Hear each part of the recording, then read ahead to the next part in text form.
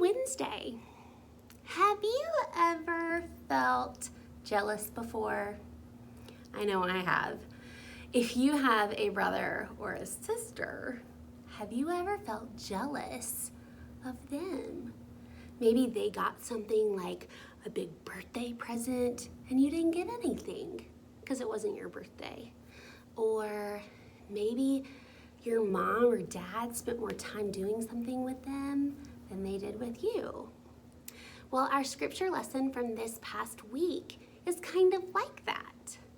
Joseph has a bunch of brothers, and his brothers think that their dad likes Joseph more. Have you ever had that feeling before? I know, I felt that way when I was little. You wanna know a funny story? I thought my mom and dad liked my brother better because he had a short name, his name is Paul, and I had a long name, and I had to learn all of these letters with a space. And Paul only had to learn 4 letters. I was convinced that they liked him better because of that. Isn't that silly? Well, while you're thinking about that, let's go hang out with Mr. Bruce and sing a song. Hey everybody! We're gonna try something new, okay? This is a new song. Some of you may know it.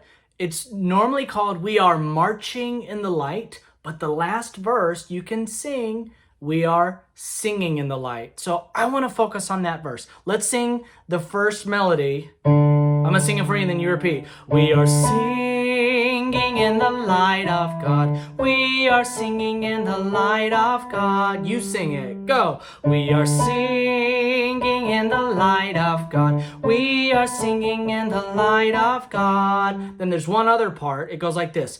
We are singing. Ooh, we are singing in the light of God. You try it. We are singing,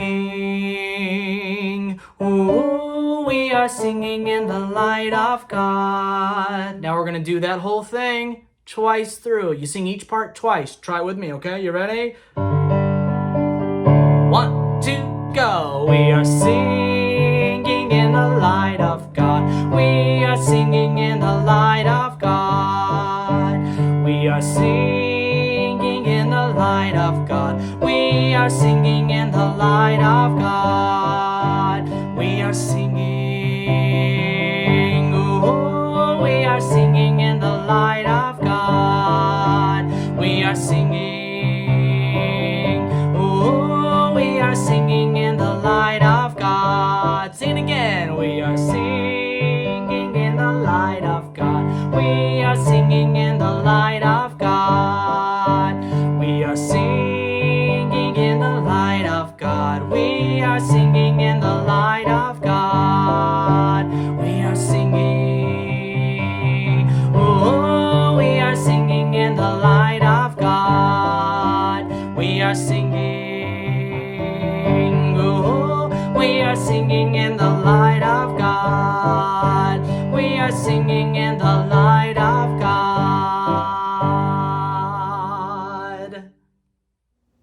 Thanks, Mr. Bruce. So today we are going to read a story that is going to help us make a connection with our scripture. Now, our scripture was about some brothers who were jealous. And they weren't very nice to their brother because they were super jealous and they thought that he wasn't as good as he thought he was. So they did something really mean. Do you remember what they did? They gave him away to some people. They basically were like, we're never gonna see him again. Get rid of him. I know my brother probably wanted to get rid of me when we were little, but I'm glad he didn't. Have you ever wanted to get rid of one of your brothers or sisters? I mean, it can be a pain sometimes, right? Well, today our story is gonna help us make that connection because some of the characters in our story are jealous. Well, our story today that's going to help us make those connections is The Day That the Crayons Quit. This story is written by Drew DeWalt, and the pictures are by Oliver Jeffries. We're going to read and find out all about these crayons and why they quit.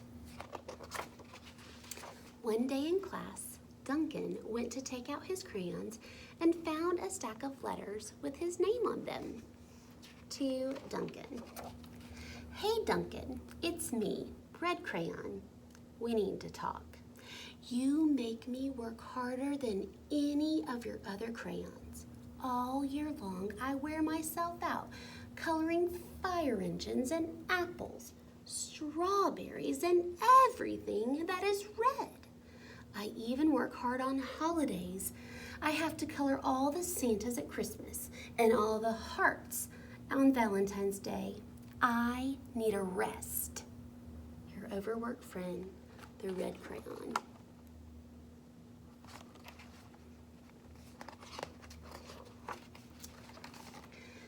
Dear Duncan, all right, listen. I love that I am your favorite crayon for grapes, dragons, and wizard hats. But it makes me crazy that so much of my gorgeous colors go outside the lines.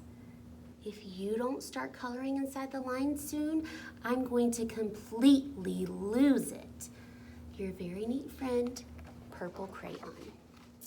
Dear Duncan, I'm tired of being called light brown or dark tan because I am neither. I am beige, and I am proud. I am also tired of being second place to Mr. Brown Crayon. It's not fair that Brown gets all the bears, ponies, and puppies, while the only things I get are turkey dinners, if I'm lucky, and wheat. And let's be honest, when was the last time you saw a kid excited about coloring wheat? Your beige friend, Beige Crayon. Here is Beige Crayon in his letter. I forgot to show you purple. Let's go back and see it. The dragons, the grapes, the wizard hats, and the letter. Duncan, Gray Crayon here. You're killing me. I know you love elephants, and I know that elephants are gray, but that's a lot of space to color in all by myself. And don't even get me started on your rhinos, hippos, and humpback whales. You know how tired I am after handling one of those big things? Such big animals. Baby penguins are gray, you know. So are very tiny rocks, pebbles. How about one of those once in a while to give me a break? Your very tired friend, Gray Crayon. You can't even see all the animals because they're so big. And there's his letter.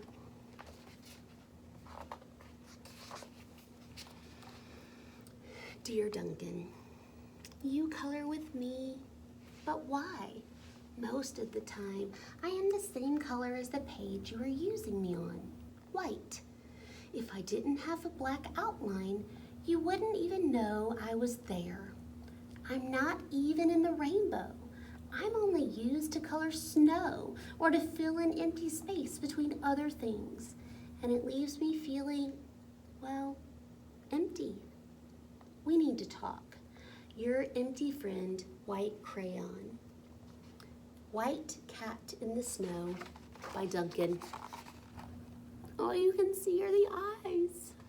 That poor White Crayon. Hi, Duncan. I hate to be used to draw the outline of things that are colored in by other colors, all of which think they're brighter than me. It's not fair when you use me to draw a nice beach ball and then fill in the colors of the ball with all the other crayons. How about a black beach ball sometime? Is that too much to ask? Your friend, Black Crayon. What about a black rainbow? Black beach ball, black mouth, black bathing suit, or black dress, and black bathing suit there. Taking this thing off the back. It's making a lot of noise. Dear Duncan, as Green Crayon, I am writing for 2 reasons. One is to say that I like my work, loads of crocodiles, trees, dinosaurs, and frogs. I have no problem and wish to congratulate you on a very successful coloring things green career so far. The second reason I write is for my friends, Yellow Crayon and Orange Crayon, who are no longer speaking to each other. Both crayons feel they should be the color of the sun.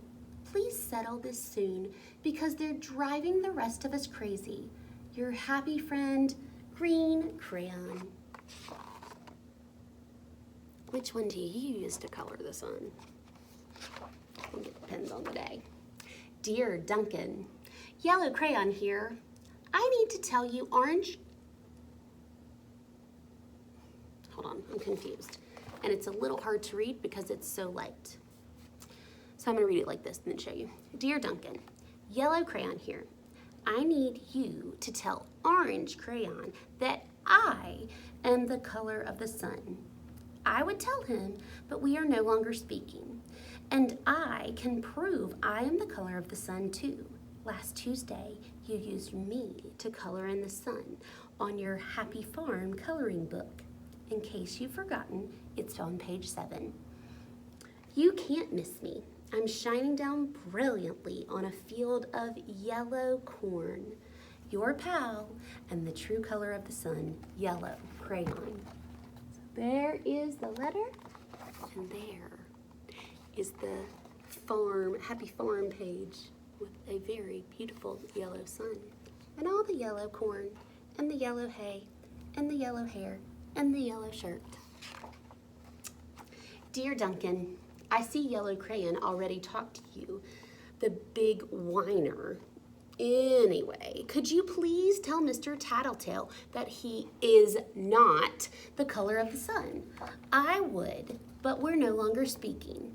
We both know I am clearly the color of the sun because on Thursday you used me to color the sun on both the Monkey Island and the Meet the Zookeeper pages in your Day at the Zoo coloring book.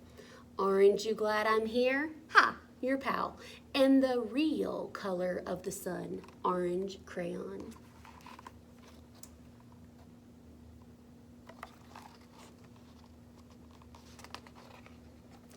Dear Duncan, it's been great being your favorite color these past years, and the year before, and the year before that. I really have enjoyed all the oceans, lakes, rivers, raindrops, rain clouds, and clear skies. But the bad news is that I am so short and stubby, I can't even see over the railing in the crayon box. My finger's on top of him, he's so tiny. I need a break. Your very stubby friend, Blue Crayon.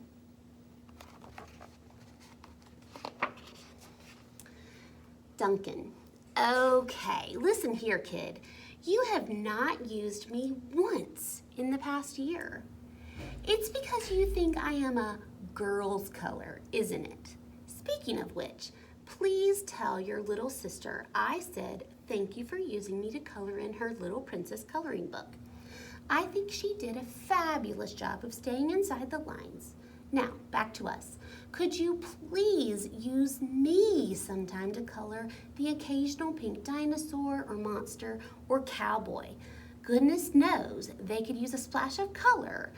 Your unused friend, Pink Crayon. I think his sister did a good job too, don't you?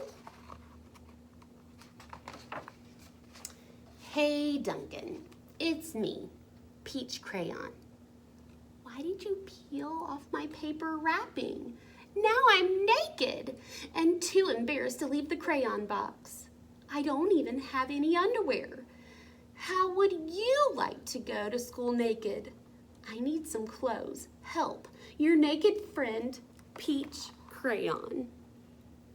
Do you like to peel the paper off of your crayons? I know a lot of friends do. Well, poor Duncan just wanted to color. And of course, he wanted his crayons to be happy. And that gave him an idea. When Duncan showed his teacher his new picture, she gave him an A for coloring. You ready to see it?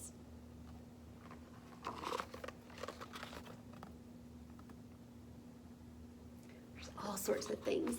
There is a yellow sky and a pink dinosaur and a red horse and a purple, I'm gonna say frog, and a blue alligator and a orange whale and a blue fire engine. He flipped up all the colors, didn't he? He mixed them all up. And an A for creativity. So think about that story. How did the crayons show their jealousy? How did the brothers show their jealousy? Well, the crayons didn't sell each other off, thankfully. They just wrote notes to Duncan and expressed their feelings.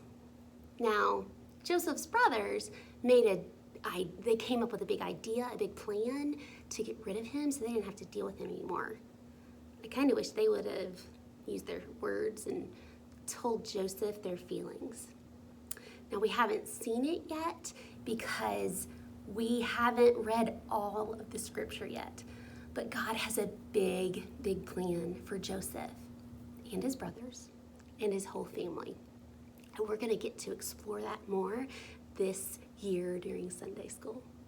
I hope that these connections that you're making in your brain will help you remember these stories forever. I hope you have a great week, and I love you. Bye.